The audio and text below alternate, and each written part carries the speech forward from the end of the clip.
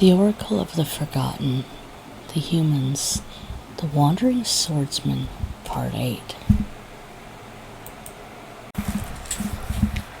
Odilon left the village to travel south to Trist.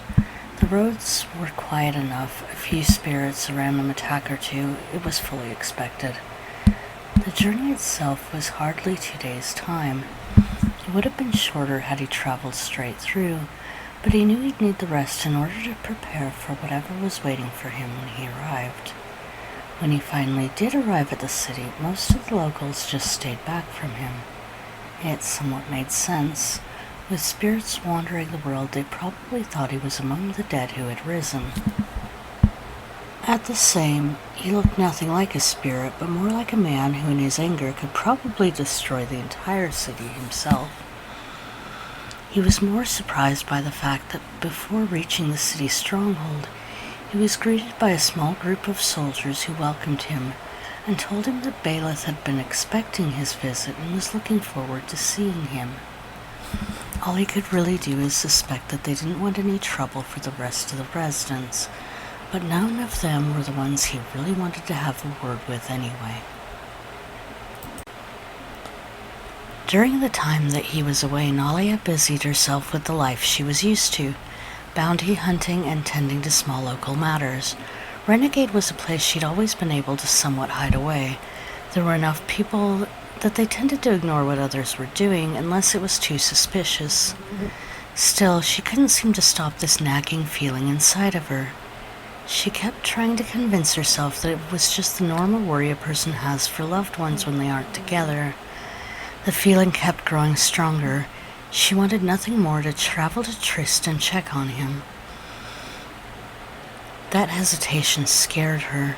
It seemed something in her mind was more focused on the city than the man himself.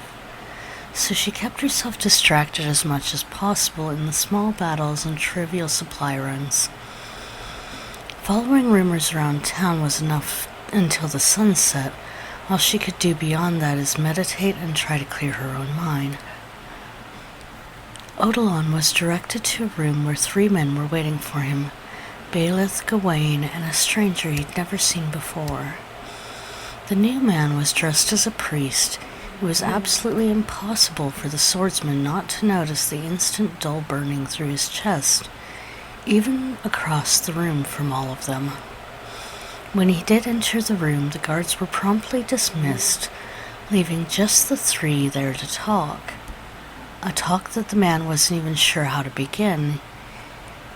He had thought of this moment, even though he looked forward to it, but the added distraction as he approached was causing him to be more focused on a desire to kill this priest than about the men in front of him. Once started, the conversation didn't last long. It seemed Baelith was just happy to see him, and genuinely confused at the claims they had sold him out. Baelith, for his many flaws, was never the best at lying. He covered it well enough to the average eye, but anyone who knew him would have caught on quickly. It brought some small level of comfort to Odilon. Gawain claimed that the letter was probably a forgery. No one there thought he would have survived the battle. No one wanted him dead, and they were all just happy to see him. He insisted his young bride would be glad to see him as well. The swordsman figured of the dozen or so girls, it was likely the one with the title. It about had to be Lord Demal's daughter. He'd actually had half a thought to lay this all to rest when the priest finally stepped in, moving himself closer to the 3 of them. As he did, it was nearly impossible now for the swordsman to tune out the ever-growing burning. He was trying to ignore the presence, but finally asked to speak with Baelith alone. The request was quickly denied by the other 2 men in the room. "If you wanted to know why I'm here, you could ask." The priest finally spoke instead. "The new order is here now, watching over and protecting your city from the evils outside these walls." The man seemed to be analyzing Odilon, but he had already expected that.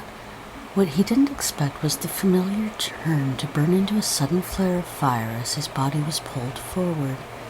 It took every bit of his power to keep his blade in its sheath and not kill the man he thought of as his adopted father. The priest snapped his fingers and then looked over the mortal again. The movement drew attention to his hands, which had a clear sixth finger on either one. He looked over Odilon a moment before speaking.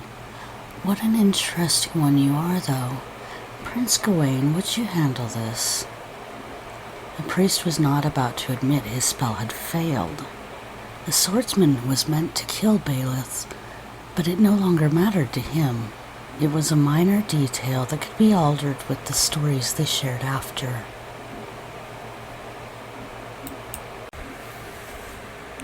Challenge him? Oh, gladly. It wouldn't have been the first time.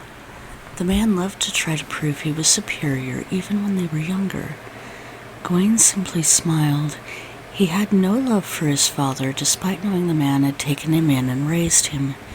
He knew his mother had been assaulted by another man well before his birth. He'd never quite forgiven Baelith for allowing her to be hurt or to die, even though it was his own birth that had brought her end. There were only two lies Baelith had ever told him: that he was the man's father, and that he cared about Gawain and Odilon equally. He took a large sword rather calmly and walked between the two men. The only clearly unusual thing was his choice of a double-handed sword rather than a rapier or a regular longsword. Gawain smiled at Odilon a moment, as he used to so many years ago when they were still friends and brothers. He moved into position with his sword and waited for the man to draw his own weapon. It didn't matter now. The plan was in motion and nothing could stop what comes next. Rather than striking Odilon as expected, he suddenly spun and rushed forward, moving quickly to impale Baelith through the chest without any hesitation. Odilon was visibly shaken, a thing he hadn't expected to show, but it was only for a brief moment before he grabbed the other man with one hand. Odilon had hold of the man by his clothes as he began to yell at him. He wanted to know what was happening here. He demanded to know why he had attacked their father. If anything, his own anger at all of this was a surprise to the swordsman as well. Gawain didn't speak at first, rather he pulled back and grabbed Baelith's longsword. He swung in a single motion, trying to strike at the larger man now confronting him. To his surprise, Odilon had already dodged away. He drew his own blade, deciding to counter this attack. As the two continued their fight, the human noticed the priest moving over to the side of Baelith. There was no time to focus on what was happening, as a flurry of attacks and strikes came in so quickly from the blade which Gawain held. While the whispers of the man were almost silent to the normal ear, the demonic tongue was more than familiar to the warrior. It was the priest speaking. "You should have joined with us." There was no time to save Baelith, who had his head removed from his body. As the fight with Gawain continued, Odilon buried the strange sense of grief that had tried to creep into him. It was rare, and at the moment it would not help him in any way. The city guard, however, found them fighting their young lord, with the story that he had killed their king. Of course, this was backed up by the priest. Odilon could have taken all of them, but he wasn't really wanting to kill the ones who had once been kind to him. He wanted to know what this demon was up to. In his mind, there would be a better chance to escape, so he surrendered. His blade was too much to be lifted, so they told the mortal to rest it against the throne. Odilon leaned the sword against the side of the throne. As he looked at it there, he knew. The sword had decided to wait. It wanted to be here. It wanted whatever was coming. He would stay with it for as long as it remained. For whatever purpose, it had declared that this is where they both belonged. Baelith's death was an event that reached the ears of Nalia rather quickly. She'd been monitoring the rumors. Hearing Odilon had been in prison struck a cold sort of rage in her.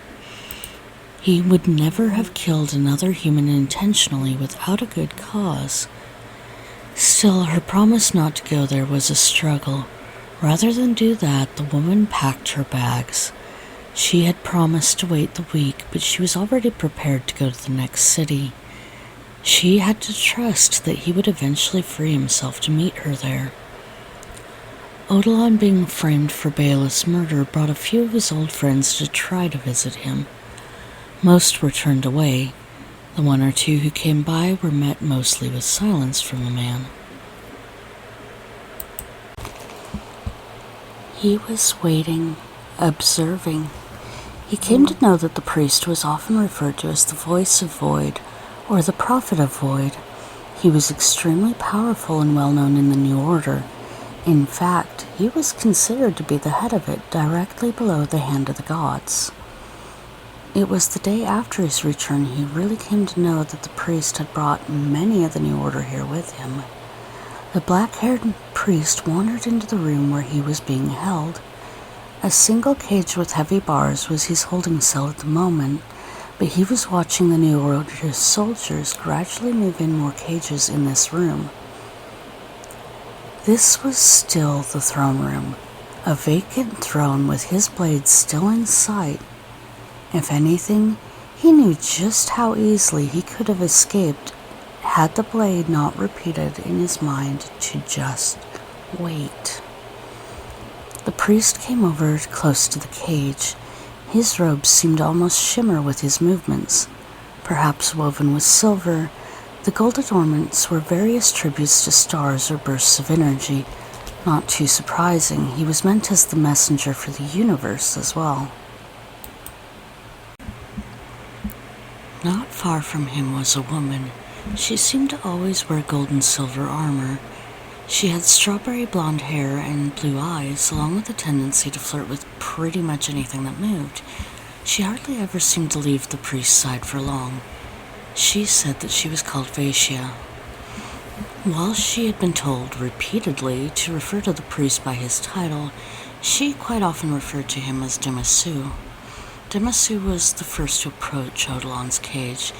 He stood, hands folded, facing the bars, and watched the mortal for some time before speaking. Void marked, not even with the right one. He motioned towards the cages nearby. "You won't be alone for long. Tell me, where is your friend?"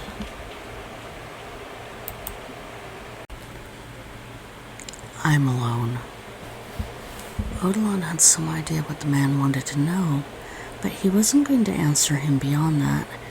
If Nalia stayed clear of here, she would be safer, especially with the New Order now swiftly taking over the entire city. "Then tell me something else." The priest already knew that he was hiding the girl. It didn't matter. She would have no choice but showing up here herself as well. Rather, he fished into the pocket of his robe and pulled out a small object. "Have you seen one of these in your travels?" It was a carved figure, a grotesque face upon it that seemed to be ripping apart to reveal a monster from within. Had he seen one, Odilon carried one in his own belongings, the object he'd taken from Lord Jamal's place before leaving. Although he said nothing. All of his belongings had been seized. He'd been left with nothing to cover himself, something he noticed the woman in the room seemed to be enjoying all too well, despite his position covering what he could of himself. "I can't answer if I don't know what it is." Odilon seemed to just not care. He was hoping for some answers, but didn't expect the priest to tell him so much. To his surprise, the man started talking. It seemed that these were little trinkets that found their way from place to place, the symbolism of corruption in the world. Odilon shrugged and said it was from the last time he was in a cell. He didn't care to answer, and it didn't matter to him. Demon trinkets and silly power objects were useless to him, and they could keep it. Demasu, on the other hand, gave him an odd, half-twisted smirk. How interesting. It was as if he knew something more about it. He wasn't about to reveal whatever it was. Instead, he moved a bit closer to the cage, looking at the clearly pulsing mark on the mortal's chest. Yet you bear the mark of void. Your purpose is to end this corruption or become the greatest force within it. You carry around the sigil of transformation without the least idea what it means. The man recognized he'd consistently forgotten about it every time he went to ask the woman he traveled with. He forgot it was there any time anyone who could have given him an answer was nearby. He'd only taken it because it was in the clutches of a demon in the first place. He knew the priest was taunting him with offering answers, but he wasn't sure why. He was killing time anyway, so finally the man spoke up. If it's so special, you tell me why. He was trying to appear disinterested, but the priest was clearly enjoying himself a bit too much now. They are part of the awakening. The birth will come soon. The man placed the small carving back in his robe and began to tap each of his 6 fingers on his left hand to the thumb, as sort of a habit of his. Understand, mortal, that the mark on your chest gives you the choice others will not have. Be a part of the awakening. Join the hand and serve the role we give you, or die like all the others will. He paused a moment, then let his fingers rest on top of the cage before speaking again. Like the tradition of the void itself, we create symbols, guides. They only arrive here with those who are worthy as servants of the hand, but perhaps... He let his golden eyes trace along the features of the mortal one more time. Perhaps it delivered us one who could show enough power to replace the lost. We will see. The answer was more than the human expected, filled with riddles like most in the demon realms were. However, their seeking to replace someone, it implied they needed something powerful. It wasn't long before he put it all together. They would try to corrupt the more powerful of those they gathered to replace this lost, whatever it was, and as near as he could tell, they were intent on taking over the human world. The Hand of the Gods was a group that was said to rule over the New Order. They were supposed to be cleansing, protection, and redemption. Odilon knew all too well that they were behind the portals that were gradually destroying their world. The priest glanced at Vaishya and smiled. Find out what you can. He began to walk away and then stopped suddenly, his back still turned to the human. You should have brought her with you. Her recovery is going to be far less gentle than yours. He said nothing else. He could hear the unconscious growl the human had begun to try to restrain. He knew the mortal would understand. After all, they needed the girl, and from the look of it, they might just need him as badly in order to complete this. The priest simply refused to let the man know how important his role was. Across the next 2 days, Vaishya would try repeatedly to gain what she wanted from the mortal, to the point she didn't seem to mind climbing into his cage and attempting to force things towards the end of these attempts. Whenever she would bring him bits to eat or even water, it was always the same, constantly attempting to trade whatever he wanted for a little bit of fun for herself.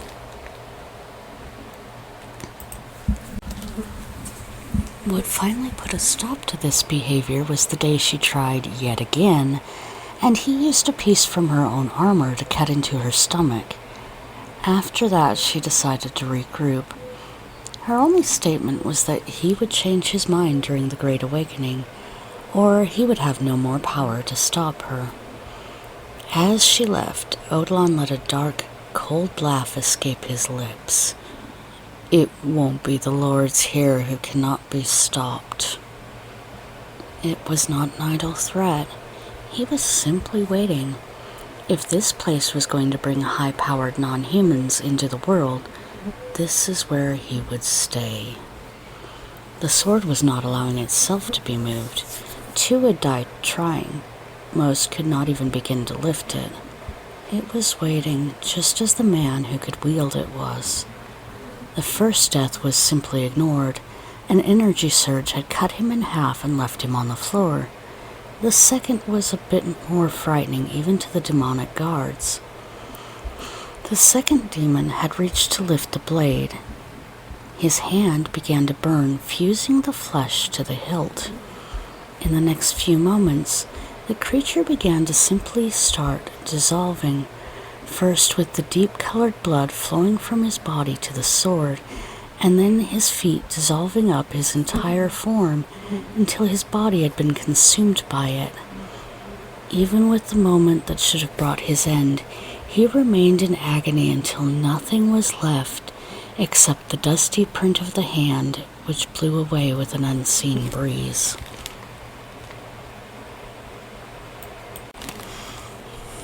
Those agonizing few moments left the demon who had made the attempt clearly gone. His armor clambered to the ground along with his gear, but there was no further trace of him. Even then, his hand could not lift the blade. While the few in the room watched in awe, Odlon seemed only curious that it had not acted this way before. He realized it seldom left his possession long enough to do anything. She had left, but the angel still tried to invade his dreams, trying to force herself into his thoughts as she taunted him even in the brief moments of sleep he could gather. He had no interest in what she was trying to offer. He'd dealt with the kind before. Her constant teasing, and really worse, was nothing more than an annoyance to him. It had grown quiet. Somewhere in the distance he felt something that seemed to make his blood cold again. While he wanted to claim he didn't know what it was, he was all too aware that Nalia was in danger. He understood all too well. Trist is meant to be the center of these rituals. He could find his way out as soon as he could access his weapon, but she was in a different situation. He wasn't certain what her non-human side was going to mean for her. Even so, the sense within him grew stronger. He set a hand to the mark on his body. This was not from the mark. He wasn't sure what had caused it, but the fact that his thoughts returned to her told him the half-demon was somehow involved. She had promised to stay away, to move on to the next city without him. Was she reckless enough to do otherwise? He knew her to be emotional, sometimes allowing her own mind to push her to lengths that weren't safe. Still, something in him told him that the only thing she would have honored was a promise she made to him. Many of the villagers had been gradually moved into the cages in the days before the ceremony of birth. More and more non-humans had begun to start to show. Soldiers, warriors, guardians, angels and demons. Both were carrying the mortals from the village to fill the many cages. When they ran out of room, they began just tying them and leaving them scattered around the floor. All of them naked, all disarmed, men, women, children, it didn't seem to matter in the least.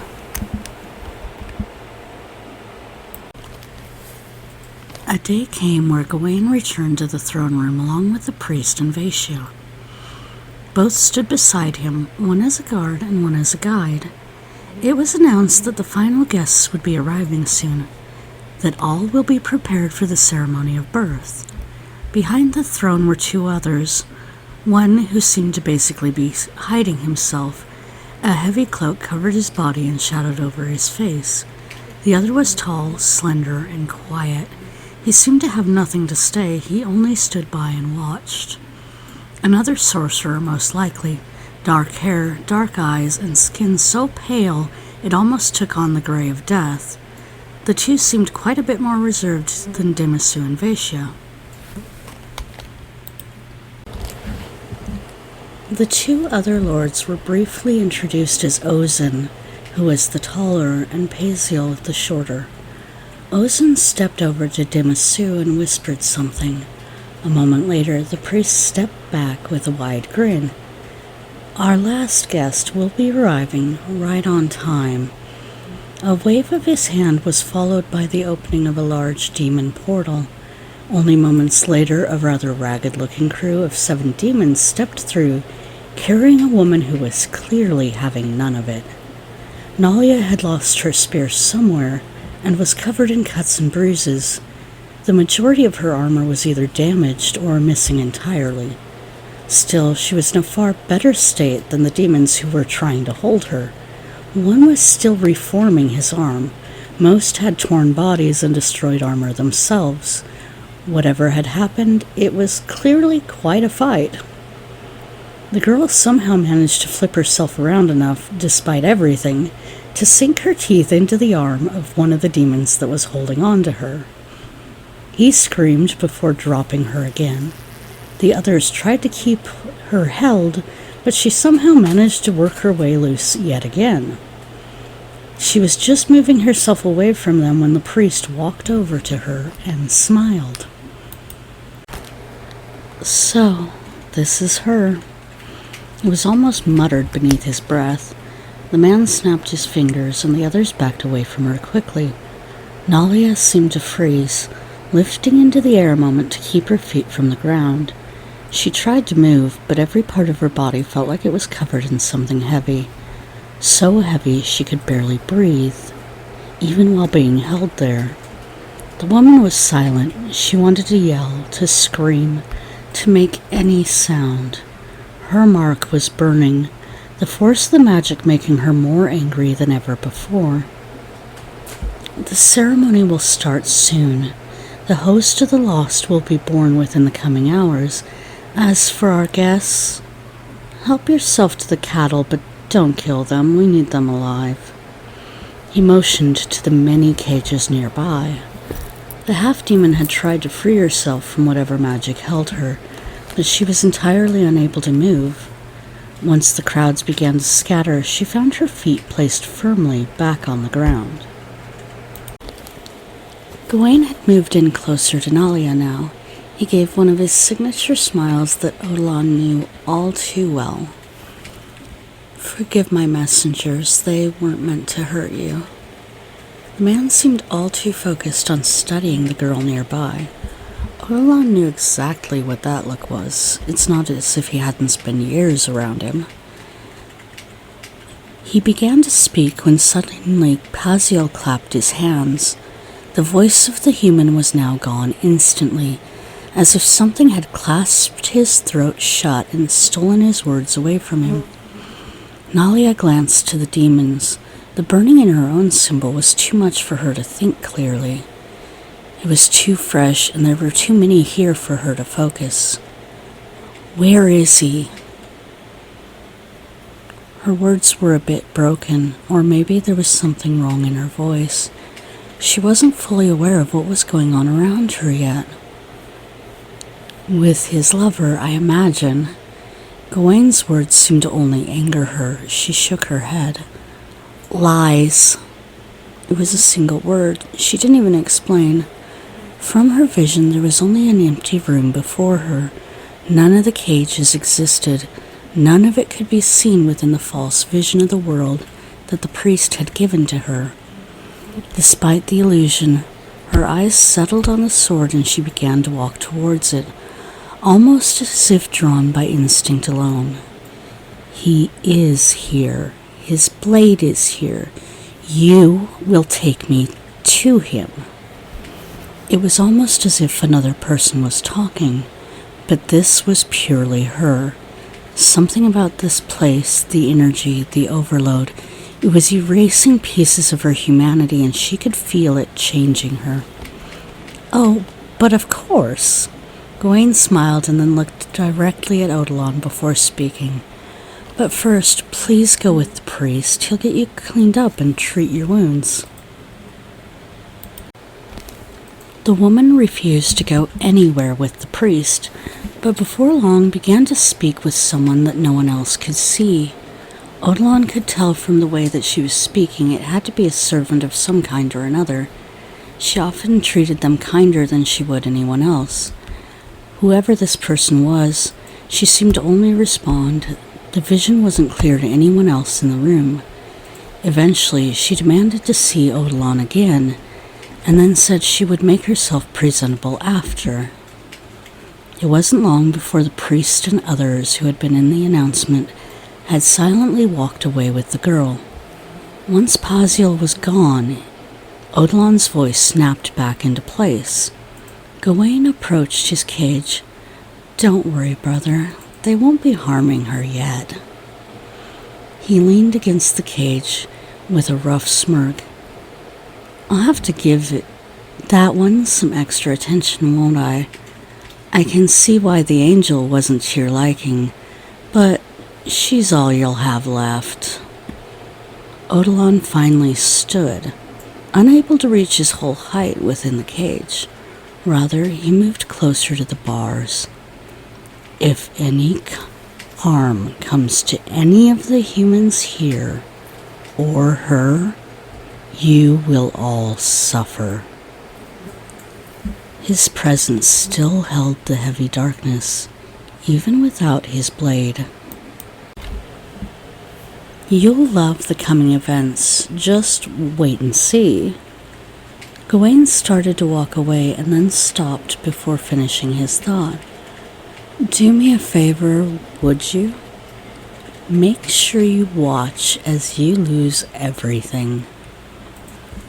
Gawain had nearly given away something all too important to the success of the awakening, at least to his role within it. Despite demands that he explain, Gawain left again. It wasn't long before Vaishya reappeared. She leaned in closer to the cage, letting her fingers trace along the edges of the door and lock. "Oh, the things they'll do to her. Would you do the same for me? If you could give me what I want, you'd be free from this cage." She clearly tended her wounds. The swordsman was not in the mood for this. Not now. He glanced at the sword again, hoping for some kind of answer. Wait until the time is right, and then kill them all." During that time, Vaishya was taunting him through the bars of his cage. Others had come to torture and do whatever they wished with the people in the surrounding cages as well. It seemed at this point none of it mattered to the hungry creatures. But try as she would, Odilon would continue to refuse her. Even when she used her own magic to transform herself in the woman that he had been with, the one he dared to say he loved, he refused, striking her down. The angel played against his mind, telling him that she was carrying their child, that she was sent in disguise, and they would have done horrible things to her. If not for the constant reminders of the pulsing in his chest, the man may have even started to believe it. Nalia, though, was not one to beg so hopelessly. This version the angel presented seemed more broken than the half-demon had ever seemed in the past. In the realms where non-humans normally hear an announcement was made, the sword made sure to inform the human, despite the fact that the mortal's time fighting them was actually allowing him to hear this story. The child was born, but it's not compatible with the type of power they had hoped. The child burned up during the birth, and it would be essential to seek a new host for the golden. The ceremony of birth was failed, but it could not stop the Great Awakening. The lost could not come, but the golden would find a new host. It was decided quickly that Gawain would be the ideal leader, guided by the voice of Void. The man more than eagerly accepted the chance at being the true face of power in the lands. It was promised that all he would need to do is reach out for the power and take it. as silence settled for several hours before Demesu wandered back to the side of Odilon's cage one more time. You have a decision to make. He held out the sigil of transformation in his left hand, letting his hand move into the cage this time. You can join us tomorrow, or you will lose everything. The man didn't hesitate in the least. You can have everything. Power, authority, money, women, whatever you could desire, even that little hybrid you tried to claim. The man stared at Odilon. She isn't property. The swordsman tried to hide any expression of feelings. Still, he realized his insistence to the point was probably not helping his case. And what I want you all gone. Tomorrow, the awakening begins. Take this symbol. It's your last opportunity. As for Nalia, you're far too late. She's already ours, and that child in her, it will be the perfect vessel. The priest did not move. Rather, he scanned over Odilon again. If this couldn't turn the mortal, it would be so disappointing. The words the demon priest spoke actually caused the mortal to pause. Certainly this was a trick. A child? He figured out by now that either he or Nalia should have known. If anything, he wondered if it was even true. They hadn't had much time alone, even with their time together. The thought of a child, the danger it would mean, especially right now. What could they have planned for them both? Oh, you didn't know. The priest laughed. Take our offer, Odilon. You would be king with a queen at your side. The swordsman didn't speak at first. He moved towards the creature's hand, watching the faint twisting of his lips in a smug smile as the mortal grew closer. The swordsman reached towards the sigil, then closed the 6 fingers of the man around it, crushing it so hard in his hand that he broke 2 of the fingers. Keep your offers to yourself. The man glanced at the sword and then returned to where he had been sitting. All he could hope now was that in the next days something allowed the 2 of them to escape, and for him to learn the truth about this child that he'd known nothing about. The gods will be here tomorrow. You'll learn that you just made the wrong decision. With that, the priest left the swordsman alone with the wounded villagers and mercenaries still residing in their cages nearby. Tomorrow would bring him answers.